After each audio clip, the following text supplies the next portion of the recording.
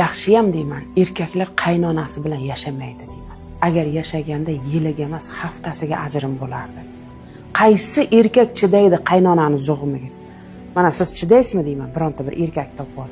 Siz chidaysizmi? Ha, kuyov bola o'tirishingizni qarang. Hammom to'la kir, yuvib qo'ying.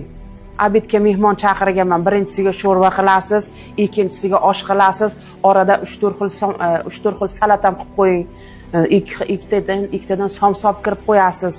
Bildingizmi? Desa o'sha erkak qiladimi? Somsanga ham deydi, qizingga ham deydi, uydan boshab chiqib ketadi.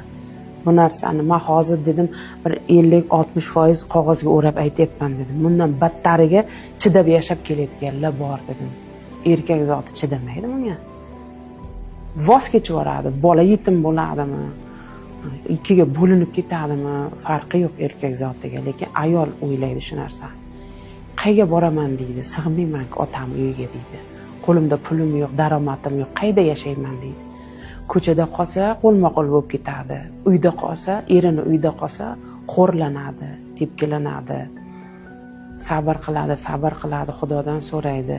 Erta farzandlari katta bo'lgandan keyin onam deb ko'kka ko'taradi-da. Keyin xotin bechorani yelkasi quyosh ko'radi. Ungacha odam emassan.